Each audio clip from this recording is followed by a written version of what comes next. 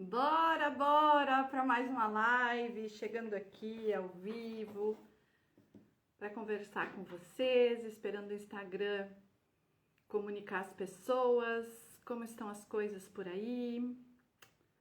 Bora bater mais um papo. Hoje nós vamos falar sobre as nossas feridas emocionais e como nós podemos transformá-las em força, né? Oi, Regina, seja bem-vinda. Oi, Lise, bem-vinda. Aguardando o Instagram. Oi, Aninha, tudo bem? Rochelle, as gurias estão entrando. Bora, senhoras, conversar mais um pouco sobre autoconhecimento e ver o que a gente precisa transformar na vida da gente para poder melhorar, né, o nosso andar, a nossa carruagem, cumprir com a nossa missão aqui, que estamos aqui para evoluir. Então, muito obrigada, fico muito feliz. Oi, Cristiane, seja bem-vinda. Muito bom receber vocês aqui. Tem sido muito gratificante para mim entrar aqui todas as segundas-feiras às 18 horas para a gente conversar sobre esses assuntos, né, que a gente fica rondando, que a gente ouve tanto falar e acaba que não desmistifica, não simplifica tudo isso, né? E eu esqueci de botar o microfone e depois a Melissa fica braba comigo. Espera aí. Deixa eu colocar aqui. Ela diz que melhora muito o som. Vocês estão me ouvindo bem? Tudo certo aí?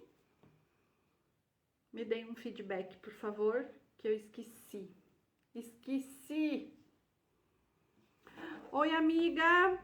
Seja bem-vinda! Minha amiga que tá em Garopaba. É chique que dói. Que bom, Cristiane. Muito obrigada pelo retorno. Então, vamos lá. Vamos conversar sobre o que são essas feridas emocionais que todo mundo fala, né?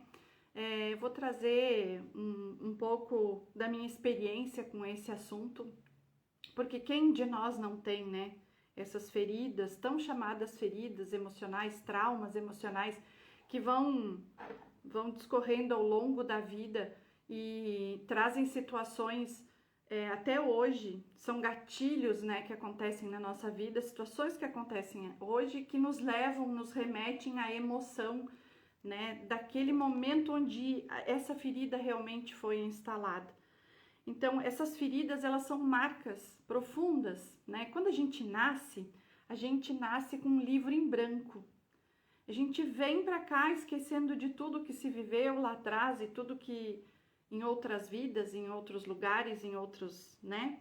E é como se a gente tivesse um livro em branco. E aí a gente nasce e o nosso pai, a nossa mãe, os nossos cuidadores, eles começam a escrever o nosso livro baseado naquilo que eles conhecem, naquilo que eles entenderam durante uma vida inteira, né? Muitas das vezes, a maioria de nós talvez não tenha sido planejado, foi uma surpresa na vida deles também, e mesmo que tenha sido uma surpresa, a primeira sensação que vem na nossa mãe é o medo do desconhecido, o medo de não saber se vai dar conta, o medo de imaginar como vai ser ter uma criança, né, no colo. Depois desse primeiro impacto, é que aí vem a sensação de felicidade, de alegria, mas quando nós fomos gerados através daquela junção, né, do esperma e do óvulo da nossa mãe, que se divide e se transforma nesse ser maravilhoso que nós somos, ali já estão os registros, né? Porque a nossa mãe já tem os registros da nossa avó, a nossa avó da nossa bisavó, e como eu já disse em outra oportunidade, nós carregamos essas cargas emocionais de 7 gerações. Então imagina lá atrás tudo que elas viveram, tiveram que passar, que está registrado nas células dela e que vem nesse óvulo, né, da nossa avó, que já vem na nossa mãe e que aonde nós vamos chegar no dia de hoje.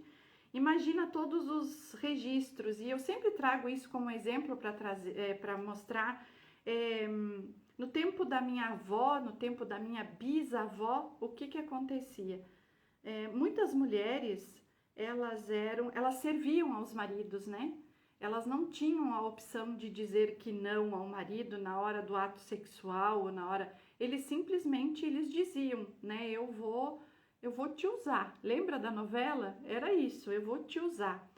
E para isso, lá naquela época, isso era muito normal. Era normal, era uma obrigação da mulher servir esse homem, né? Então, isso está registrado. Hoje a gente entende isso talvez como um abuso, né? Por quê? Porque nós somos evoluindo. E a partir do momento que a gente vai evoluindo, a gente vai percebendo e vai ganhando espaço, né? Ganhando espaço no quê? Para fazer as nossas escolhas, para ter as nossas decisões, para se sentir mais livre, né? Hoje, nos dias de hoje, a gente se sente mais livre. Mas a nossa avó, a nossa bisavó lá, ela tinha que servir esse homem. E era normal, não era considerado um abuso, não era considerado um estupro, não era considerado uma coisa ruim. Não, casou, tem que servir esse homem, né? Então, aí começam os registros dessas feridas emocionais, porque para nós hoje é um assunto muito delicado quando a gente de repente é abusada por alguém ou por alguma situação, né? A gente considera isso um abuso. Então é a partir daí que começa toda essa função do que são feridas emocionais e da onde elas vêm e que chegam até nós e que às vezes a gente repete padrões que a gente nem sabe de onde veio, né? Porque 7 gerações atrás é muito tempo. Então são marcas muito profundas de experiências dolorosas que nós vivemos na nossa infância. E sim, quantos de nós, né, quantos nãos a gente ouviu? Eu acredito que a maioria das crianças hoje ainda está um pouco melhor, porque existe toda uma dinâmica, uma psicologia infantil, né, para tratar as crianças, mas a minha geração, 50 menos, tá? Tudo era não podia, era feio, tudo era não. E a gente ouvia muitos nãos, né? E às vezes o não era necessário, mas nós não entendíamos isso. Então, o que eu quero que vocês entendam que assim, ó, a maioria das nossas feridas emocionais, dos nossos traumas, elas vêm da nossa percepção, de como nós percebemos e sentimos no momento do fato ocorrido. Às vezes, na maioria das vezes, nem era a intenção desse cuidador ou dessa pessoa que estava conosco, que era nosso pai ou nossa mãe, de nos trazer esse trauma. Ele não tinha consciência disso. Ele estava só fazendo aquilo que ele aprendeu. São valores, são crenças que eles aprenderam ao longo da vida e que não sabiam fazer diferente. E aí a gente entra, aproveitando o gancho, né? A gente entra, quando eu começo a olhar para essas feridas e eu começo a ter consciência sobre isso, eu consigo honrar o meu pai e a minha mãe, né? Por quê? Porque nós, enquanto mães, e eu sei que tem mães aqui na live que podem me ajudar comentando aqui, quantas vezes a gente tem uma atitude, tem uma ação, né? E sem perceber, causou uma dor nesse filho. Por quê? Porque é a nossa verdade. E assim como nós fazemos com os nossos filhos, nós também recebemos isso, né? Recebemos isso de uma forma muito, vamos dizer, inconsciente. Não era com a intenção de nos machucar, de trazer esse trauma para a nossa vida, mas nós sentimos. Nós, enquanto criança, nós sentimos e armazenamos e guardamos essa informação. E essa informação, ela tem uma carga emocional. O que é essa carga emocional? A dor que nos causou aquilo naquele momento especificamente. Então, assim, ó, na maioria das vezes, na nossa percepção, na nossa infância, é como se tivesse ficado um registro de que nós não éramos amados, que nós éramos rejeitados, que nós éramos abusados, que nós sofríamos maus tratos, porque às vezes um simples castigo, e eu vou dizer para vocês que eu nunca apanhei na minha vida, meu pai e minha mãe nunca ergueram a mão para me bater, né? Mas eu vivia de castigo. Eu era uma criatura que vivia de castigo. Essa semana tu não vai poder sair para a rua, só vai para a escola e volta. Não podia fazer mais nada. Então eu entendi aquilo como uma agressão. Por quê? Porque eu não conseguia manifestar o que eu queria, né? Eu não conseguia ser ouvida, eu não conseguia me explicar. Então, muitas das vezes, para não ter que explicar para o meu pai, pobre do meu pai, o que realmente acontecia, porque eu sabia que ele não ia acreditar, eu mentia. E aí, quando ele descobria a mentira, lá ia a Kelly de castigo. E isso, para mim, foi uma forma de agressão, né? Uma forma dele me punir sem me agredir, sem me machucar fisicamente, mas emocionalmente isso ficava dentro de mim. E eu tenho certeza que todas as vezes que ele me colocou de castigo, foi pro meu bem. E eu vou te dizer que hoje, com a consciência que eu tenho, eu realmente percebo assim que às vezes que ele me deixou presa dentro de casa, mas presa no sentido de não poder sair. Eu respeitava muito meu pai, né? Deus o livre, se ele soubesse que eu tinha saído ali na porta da frente. Eu entendi que era a forma que ele tinha de me colocar os valores dele, a forma que ele via, que ele dizia que era certo as coisas, porque não existe certo e errado, existe aquilo que eles entendem que é certo e errado, né? E aí, conforme a gente vai crescendo, a gente vai percebendo que dá para fazer outras escolhas, que não precisa ser igual ao que eles nos ensinaram. E aí a gente já muda com os nossos filhos, né? A gente já traz uma outra consciência de que pode ser diferente. Então, é isso que eu quero que vocês entendam. A maioria, 99% das nossas feridas emocionais, elas são da nossa percepção, do nosso sentimento. E, gente, eu sei que eu tô falando com pessoas inteligentes, pessoas maduras e conscientes aqui. Eu sei que quando a gente fala de abusos e maus tratos, também geram essas feridas, e sim, tem coisas horrorosas, e eu não estou minimizando isso, tá?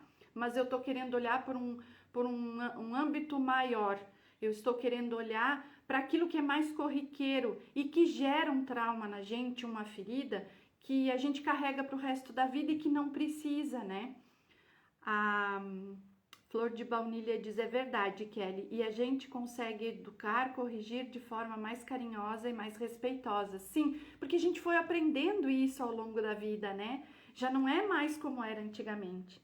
Então, assim, ó, a maioria das feridas que a gente integra em nós é a ferida do abandono, a ferida da rejeição, da humilhação, da injustiça, da traição. Inclusive, quero deixar uma dica aqui, bem legal, que fala sobre essas 5 feridas que todos nós temos, e eu vou sugerir para vocês que vocês leiam o livro da Lise Bourbeau, As 5 Feridas Emocionais.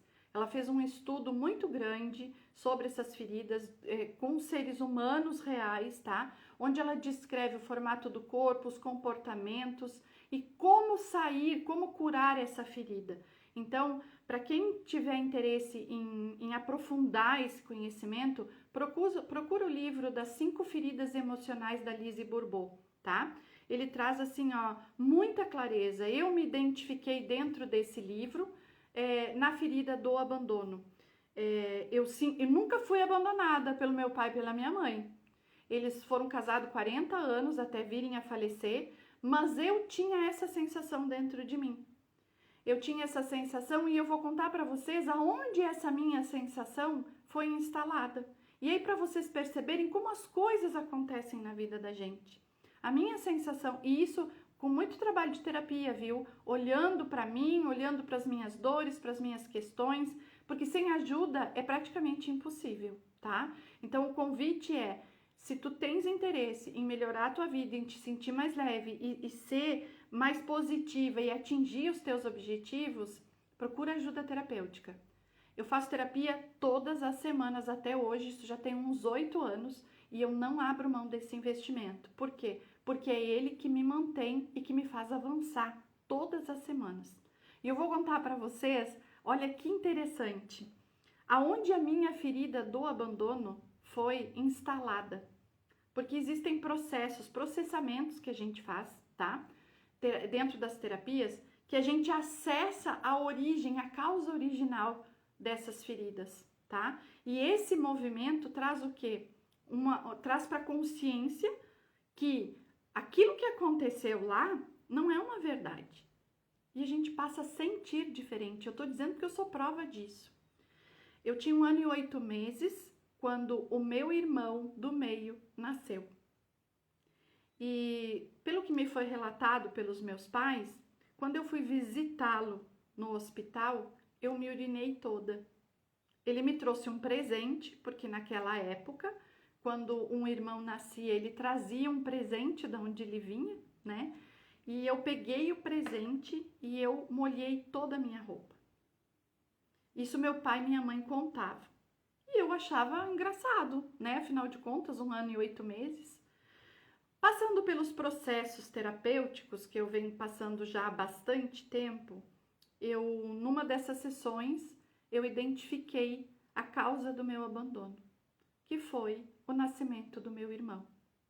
Naquele momento, eu com 1 ano e 8 meses, eu entendi que eu não era suficiente para os meus pais.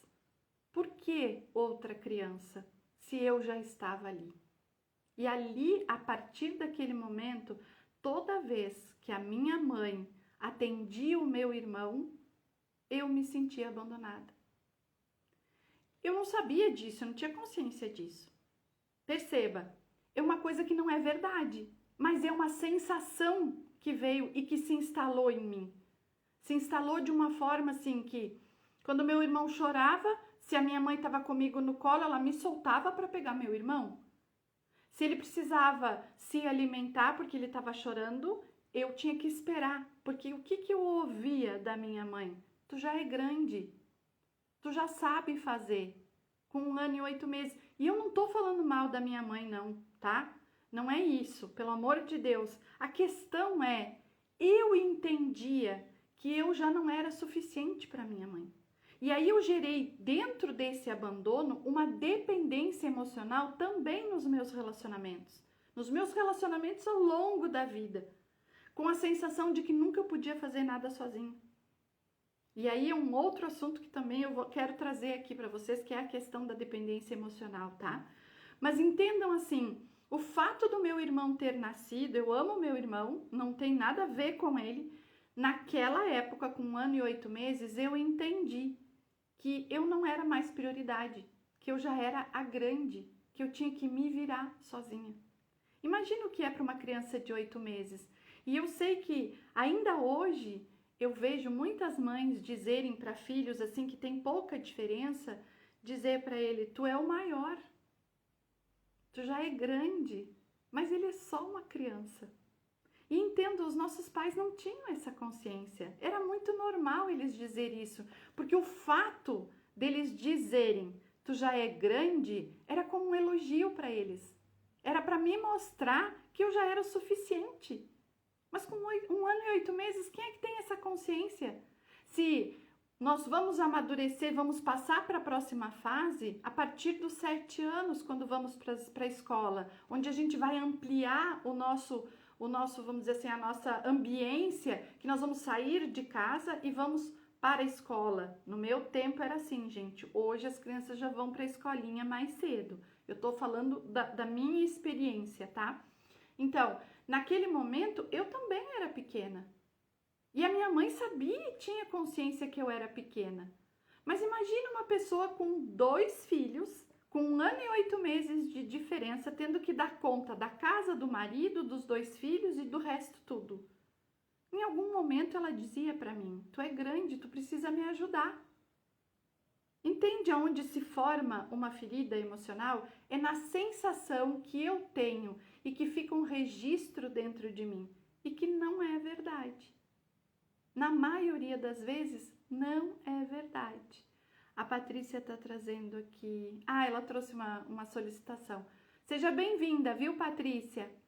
Então, através dessas experiências dolorosas que a gente não tem consciência de como que isso vai acontecendo ao longo da vida, imagina assim, ó, do 0 até aos 18, 19 anos, que é onde a gente vai começar a entrar na fase adulta, né? Quantos registros eu tenho de coisas que eu ouvi? Quantas memórias eu tenho guardadas no meu inconsciente? Porque se eu perguntar para vocês que estão aqui na live, eu quero, por favor, me respondam. O que vocês lembram das suas infâncias? Ali, do 0 aos 3, 4 anos. Coloca aqui para mim. O que é que vocês lembram desse período? Eu passei a acessar essas memórias com o trabalho terapêutico, com a terapia, com as ferramentas que estavam à minha disposição para mim poder acessar esses momentos onde essas emoções foram guardadas. Ó, a Lisiane diz, ó, eu não lembro nada. A gente não lembra, por quê? Porque nós vivemos momentos tão dolorosos e, de novo, não estamos responsabilizando nem pai, nem mãe, nem cuidadores, tá? É a nossa percepção que fica diante daquilo que nos aconteceu, foi o que nós sentimos no momento. E repito, que muitas vezes não era verdade. Quantas de nós fomos criticadas por mães cansadas, por mães esgotadas, umas porque trabalhavam fora, outras porque não podiam trabalhar porque tinham que cuidar dos filhos, porque o marido não deixava. Quantas de nós?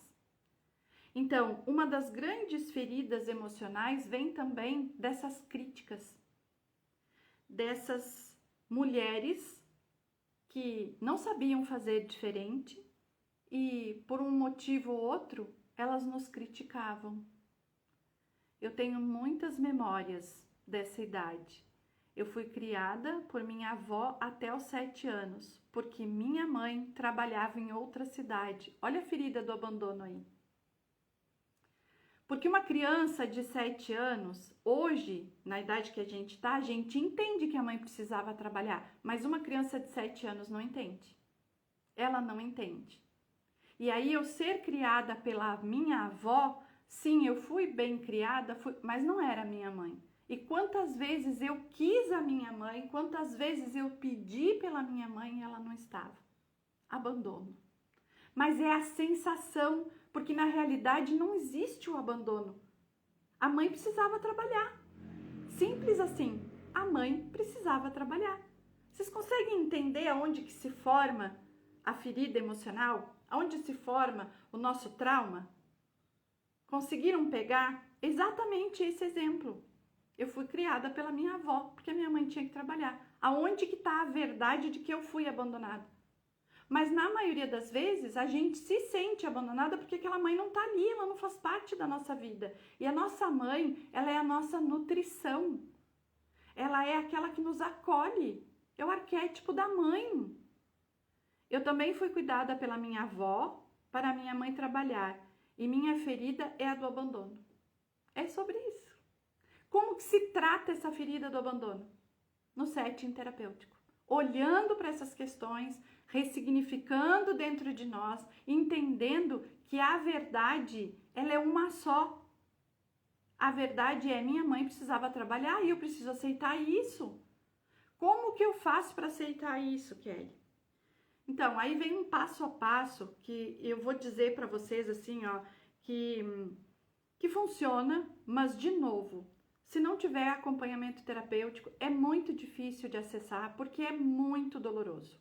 É muito doloroso olhar para essa ferida do abandono. E aí, quando eu tenho a ferida do abandono, eu gero a dependência emocional. Eu vejo, eu vou para a vida adulta, entendendo que a primeira pessoa, presta atenção, a primeira pessoa que me dá atenção, que me dá amor, que me dá carinho, que está à minha disposição, é a melhor pessoa do mundo. e a gente não consegue. Eu levei 20 anos para perceber um relacionamento de dependência emocional. Por quê? Porque em função da minha desordenação, da minha ferida, eu acreditei naquilo que aquela pessoa me dizia, que era: ninguém vai te cuidar como eu te cuido. Eu já tinha ferida do abandono, minha mãe já tinha tido outro filho lá na minha infância, só que eu não fazia esse link. E eu dizia: é verdade, ninguém me cuida como tu me cuida. Mas ao mesmo tempo, por trás desse cuidado, existe uma certa manipulação, um certo controle que vai te limitando a vida. E aí a gente, mesmo que a pessoa não te diga, tu não vai fazer isso, eu não te deixo fazer isso, a gente se aprisiona com medo de quê? De perder. Medo de perder aquele afeto que está sendo recebido, mesmo que ele seja controlador. Medo de estar sozinha de novo.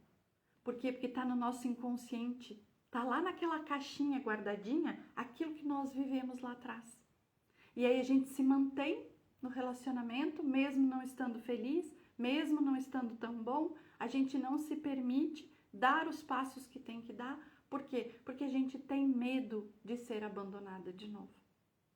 Então, por isso que eu digo, é um processo que a gente precisa passar, precisa se conhecer, precisa trabalhar, sim, a aceitação na nossa vida, entender que os nossos pais, eles fizeram o melhor que eles podiam, por pior que ele fosse, mesmo que ele te espancasse, mesmo que ele entenda, eles só fazem o que aprendem.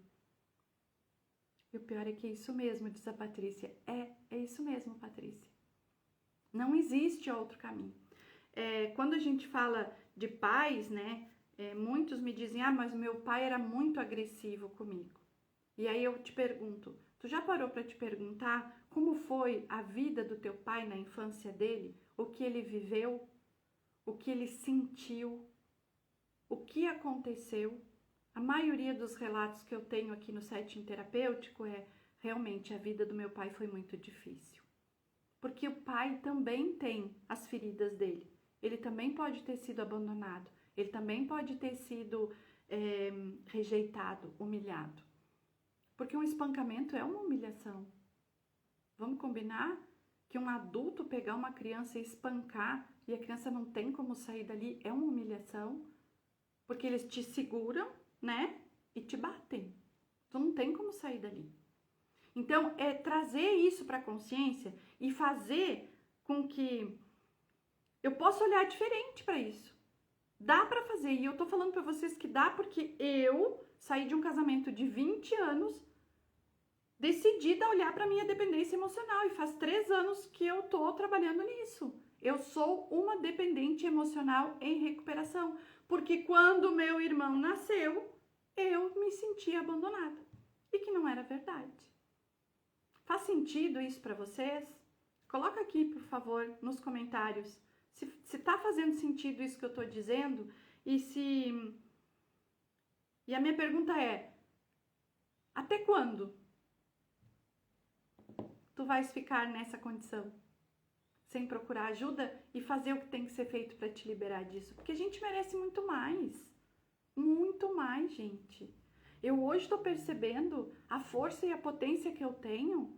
Por quê? Porque eu venho limpando todas essas feridas. Uma vez por semana eu tô olhando para isso. Mas eu vou dar assim, ó.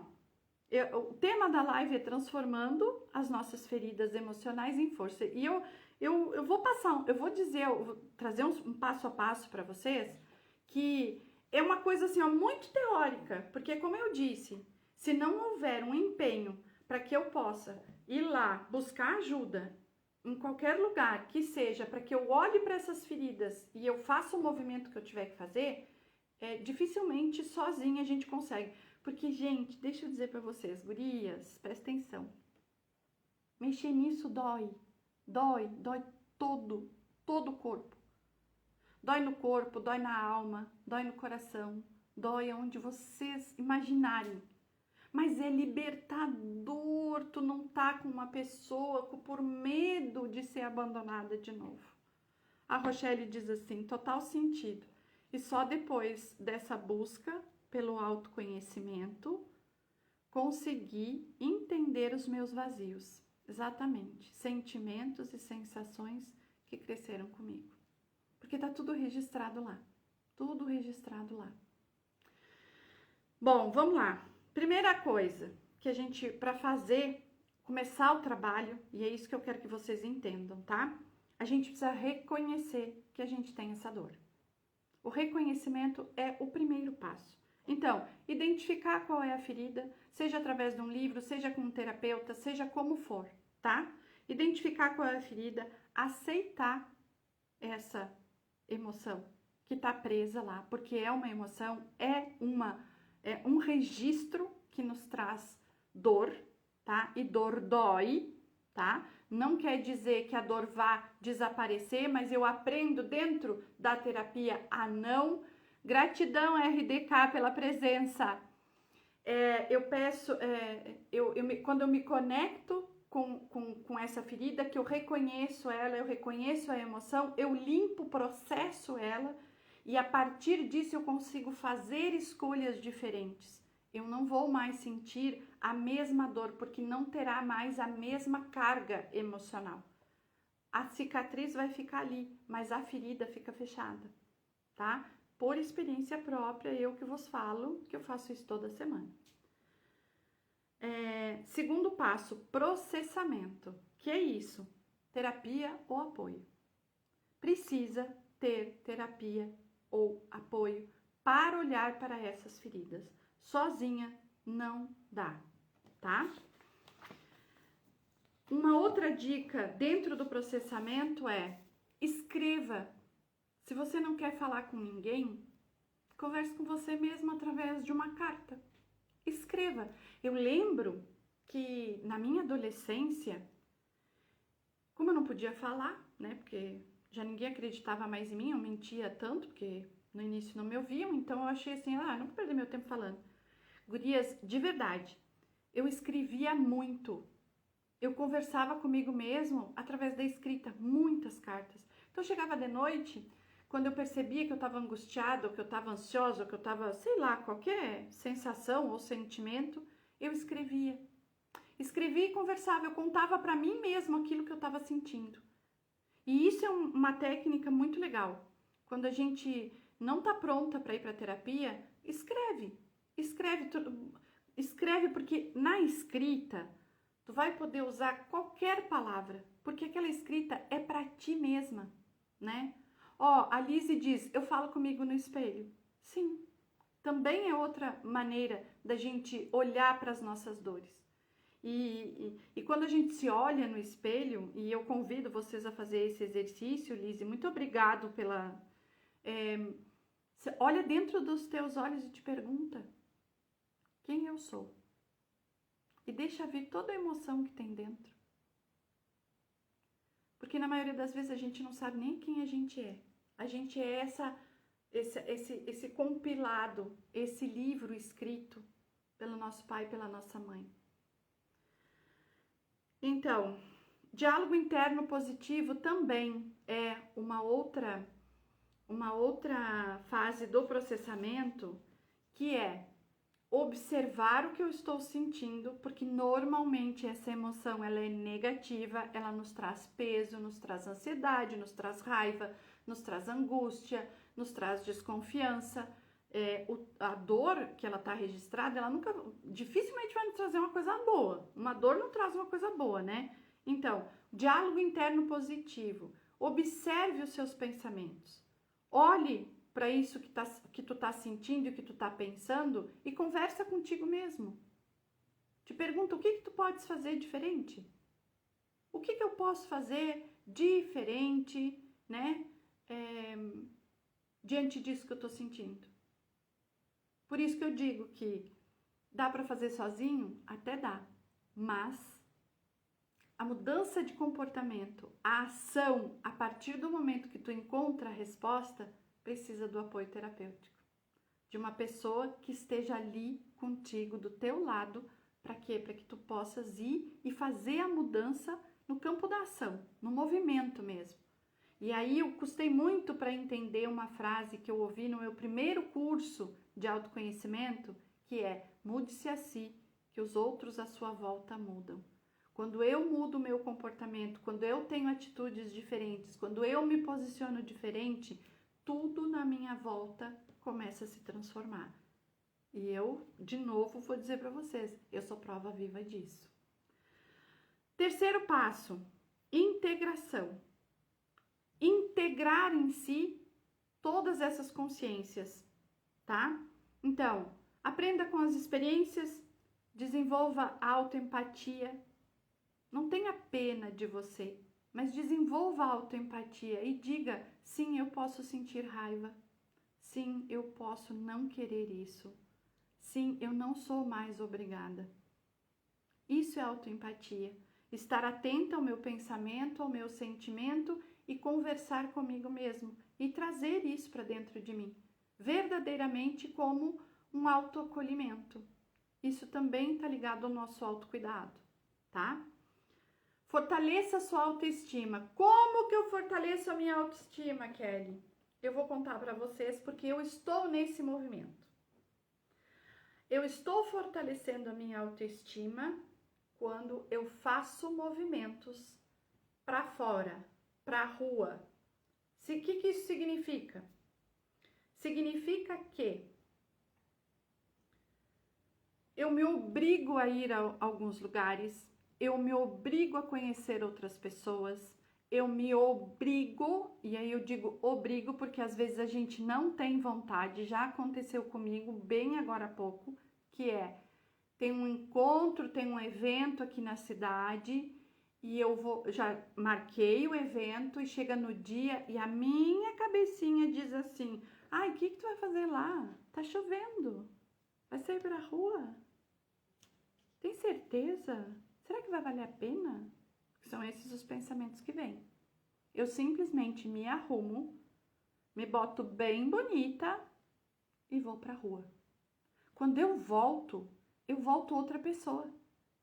Eu penso, e se eu não tivesse ido? Olha o que eu teria perdido. Então, fortalecer a nossa autoestima significa se arruma e sai pra rua. Convida uma amiga para tomar café, vai numa loja, vai conhecer algum espaço novo na tua cidade, vai conhecer pessoas que trabalham na tua área, faz um contato novo. Eu tô falando de relações profissionais, relações pessoais. Ninguém tá falando de relacionamento afetivo íntimo, não. Faz o movimento, sai pra rua. Isso é que vai fortalecer a tua autoestima. Tu vai perceber que foi bom tu ser vista, que foi bom conversar com as pessoas, que as pessoas gostam da tua companhia. Isso vai te fortalecendo. Então, não deixa de fazer um movimento. Não deixa a preguiça tomar conta. Ó, eu também passo por isso. Não deixa a preguiça tomar conta, tá bom? Estabeleça limites. Isso ainda no processo de integração, de integrar as consciências dessas feridas, tá? Estabeleça limites. Vou dizer para vocês, toda vez que eu dou sim para o outro, eu digo não para mim. E aqui eu vou deixar outra dica que eu usei muitas vezes nesse meu processo de autodesenvolvimento, que é, depois que eu aprendi isso, nunca mais eu deixei de fazer. Toda vez que chega um convite, toda vez que chega um pedido, toda vez que chega alguma coisa para mim, eu me pergunto imediatamente: isso é bom para mim? Sim ou não? A primeira resposta que vier é a resposta do meu corpo. É a resposta que está dentro de mim, não está no meu racional, não está aqui no meu cognitivo. E se a minha resposta for não, eu digo: olha, sinto muito, mas eu não posso. Isso é fortalecer e estabelecer os limites. Gurias, se vocês tiverem alguma dúvida, se estiver muito rápido, me avisa aí, tá? Então, sempre se pergunta: isso é bom pra mim? Sim ou não? Não. Então não faz. Não faz, porque se tu fizer, o teu corpo vai ir pesado e vai voltar pior. Porque tu não respeitou o teu limite. E quantas vezes a gente trabalha além do horário, a gente faz para os outros, que é aquela velha história, né? As bonitas vão lá e eu vou hoje atender a fulana, aí passo o dia atendendo a fulana, mas não teve tempo para fazer a caminhadinha, para cuidar do seu corpinho? Para se sentir bem? Para dar uma respirada? Para a mente dar uma esvaziada? Para ter uma noite de sono tranquila? É sobre isso. Muitas e muitas vezes eu já fiz mais pelo outro do que por mim. Hoje eu estou me respeitando um pouco mais, de verdade. Então tem coisas que são boas, sim, eu digo sim, o meu corpo diz sim e é prazeroso, tem que ser prazeroso. Se não for prazeroso, se o meu corpo disser não, eu preciso respeitar. E vou dizer uma coisa que acontece muito. Às vezes o meu corpo, o meu interno diz não e a minha cabeça diz, vai. E eu preciso tomar uma decisão. Estou passando por isso hoje, com febrina, fui caminhar ouvindo... Então, sobre isso. Olha que movimento lindo. Entende? Muitas vezes, teu coração vai dizer, não tô com vontade. Mas a cabeça diz, vai, o que tu vai ficar fazendo em casa? Então, é a gente trazer esse equilíbrio entre o nosso mental e o nosso emocional, o nosso corpo. As nossas feridas, elas estão instaladas no nosso corpo, tá? O nosso corpo, ele é o nosso subconsciente. Eu posso trazer isso depois, mais pontualmente para vocês, tá? Estão nas nossas células registradas, sim, e, de novo, a epigenética já fez esse estudo e já comprovou que a gente carrega 7 gerações e que tá tudo aqui, nesse corpinho aqui. Muito bem, quarto passo, transformação. Depois que eu tomei consciência, né? Depois que eu processei, que eu aceitei algumas coisas, eu integrei, que é isso que eu preciso fazer. Muito bem, o que eu vou fazer? Vou transformar todo esse conhecimento. Porque, conhecimento sem transformação não existe, é só um conhecimento. Quando eu transformo, eu começo a ter sabedoria. Sabedoria daquilo que é bom para mim, daquilo que é confortável, daquilo que o meu corpo registra, daquilo que o meu corpo precisa. Então, transformação. Liberte suas emoções negativas. Parece fácil dizer isso, né? Todo mundo fala disso, mas não é. Libertar as nossas emoções negativas é estar atenta ao momento presente. É o que a minha mente está me contando que é verdade e o que é mentira. E vou te dizer, 99,999999 ela está mentindo. Porque se eu te perguntar agora, qual o problema que tu tem agora aqui assistindo essa live comigo? Responde aqui para mim. Qual é o teu problema agora? Assistindo essa live comigo. Vou ligar esse ar aqui que tá ficando muito quente. Conta aí pra mim.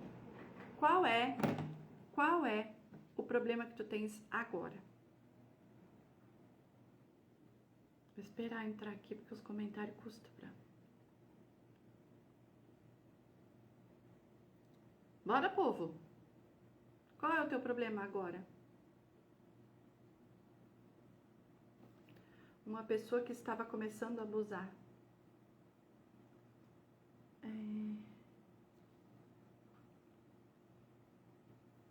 Tem certeza que são muitos? Ai, parabéns! Soube colocar limite. Lisiane, eu vou te dizer que quando estamos no momento presente, no momento agora aqui comigo, tu não tem problema nenhum. Neste momento, no momento presente. Os problemas, eles existem ou no nosso passado ou no nosso futuro. Os problemas, eles não existem no momento presente, porque vocês estão aqui sentadas, com o celular na mão, assistindo a minha live. Qual é o problema agora? Ele não existe. Não existe. Parar de comer não é um problema, é uma decisão. Nesse exato momento nenhum.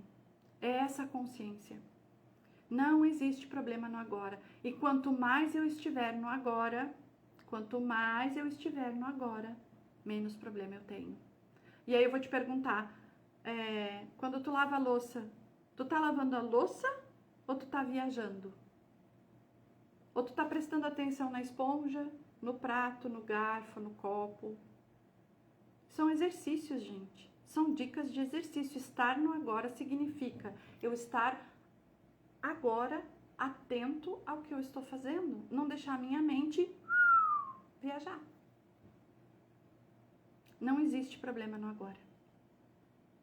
Não existe. Então, libertar as nossas emoções negativas é, quando vier o pensamento negativo, eu me trazer para o agora e perguntar qual é a verdade sobre este pensamento negativo que eu estou tendo.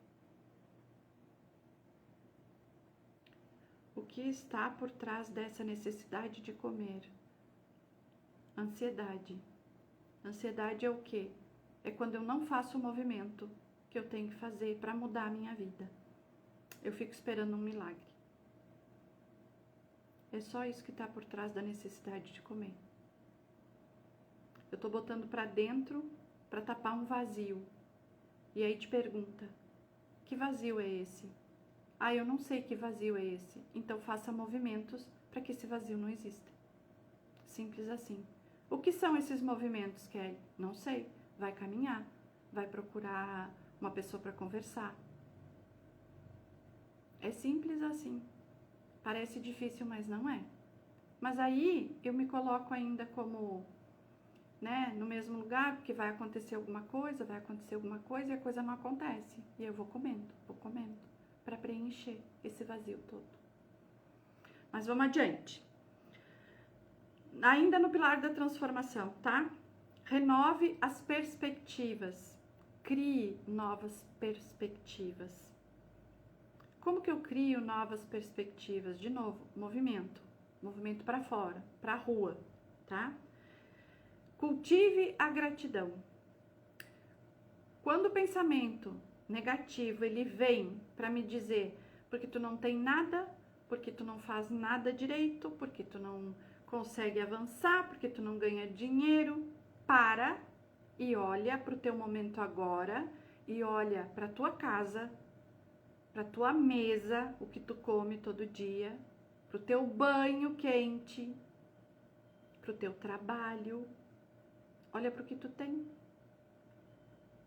Cultivando a gratidão por aquilo que a gente tem, que ainda não é aquilo que nós queremos, de verdade, nós saímos da lamentação. Tudo bem? E tem um livro também muito legal, que é o livro O Poder do Agora, tá? E A Sombra, do Jung, que vale a pena ler. Quem gosta de ler, quem gosta de se aprofundar nesses assuntos, dá uma olhada nesses livros, tá? Então, vamos lá. Diante desses 4 passos que a gente viu aqui, que a gente conversou aqui, eu vou trazer, assim, 4 exemplos, tá? Pra gente já finalizar, se encaminhar para o final. 4 exemplos práticos de que você pode transformar todas essas feridas em força.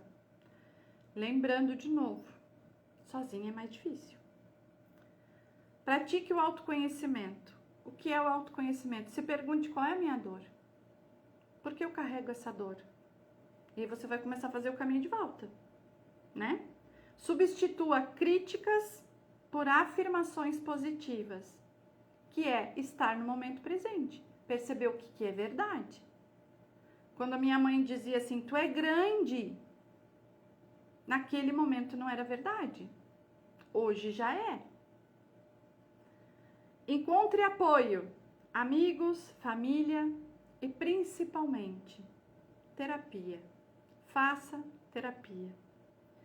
E um ponto muito importante que eu acho muito legal e que eu tô fazendo isso e que eu também não fazia, mas que eu aprendi, é celebre as pequenas vitórias. Como se celebra as pequenas vitórias, Kelly? Se trazendo um aconchego, uma coisa gostosa.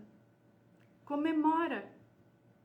Tu Podes ter várias formas de comemorar as tuas vitórias. Pode ser deitada com os pés para cima no sofá, pode ser tomando uma taça de vinho, pode ser comprando um brinco novo, pode ser lendo um livro que tu não pegava há muito tempo, que está ali na prateleira.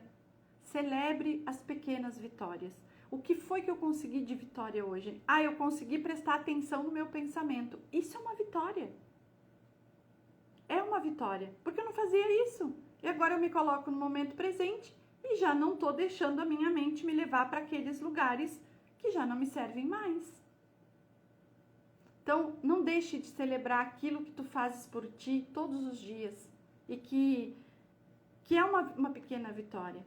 É não dar um ouvido para uma crítica, é entrar por aqui, sair por aqui e aquilo já não doer mais. Isso também é uma vitória. Começa a prestar atenção no momento presente. E muito se fala, e eu vou trazer essa consciência só pra gente finalizar, que é assim, ó. Muito se fala que a gente precisa se livrar do passado. Muito se fala de que o futuro precisa ser construído, tá? E eu vou dizer pra vocês que eu aprendi que eu não tenho que me livrar do meu passado e nem tenho que deixar ele pra trás. Porque é olhando pro meu passado que eu percebo o que eu não quero mais. Olhando para o meu passado, eu entendo o que eu não quero sentir mais. O meu presente é a minha ponte, é o meu movimento, é aquilo que eu preciso fazer para que eu tenha o futuro que eu desejo. Então, nós precisamos dessas 3 etapas, passado, presente e futuro. Eu olho para trás, eu percebo tudo o que eu já fiz, que eu não preciso fazer mais, que eu não preciso mais repetir. Me coloco no momento presente e entendo o que eu preciso fazer hoje para que amanhã eu tenha aquilo que a minha cabeça diz, viu, tu não consegue aquilo. Não consegue porque não faz. E eu estou dizendo para vocês porque é a minha realidade de hoje. Eu estou buscando uma construção diferente. E eu estou olhando para o meu passado, entendendo as minhas feridas, transformando as minhas feridas, trazendo para o meu presente, fazendo os movimentos que eu tenho que fazer. Porque ali adiante, muitos que me acompanham vão dizer, olha quanta sorte ela teve. Não é só uma questão de sorte, é uma questão de ter consciência de fazer o que tem que ser feito, para que eu possa ter aquilo que eu desejo. Tudo bem? Espero que tenha feito sentido, espero que vocês tenham gostado e segunda-feira que vem tem mais. Às 18 horas eu vou estar aqui de novo, tá bom? Para quem não assistiu aqui no online, vai assistir depois, seja muito, muito bem-vindo. Pode deixar nos comentários, pode me chamar no direct para qualquer dúvida. Eu estou aqui para contribuir com o autoconhecimento de vocês, assim, daquilo que eu vivo na minha vida, eu dividi com vocês, tá bom? Muito, muito obrigado por quem esteve comigo até aqui, até agora.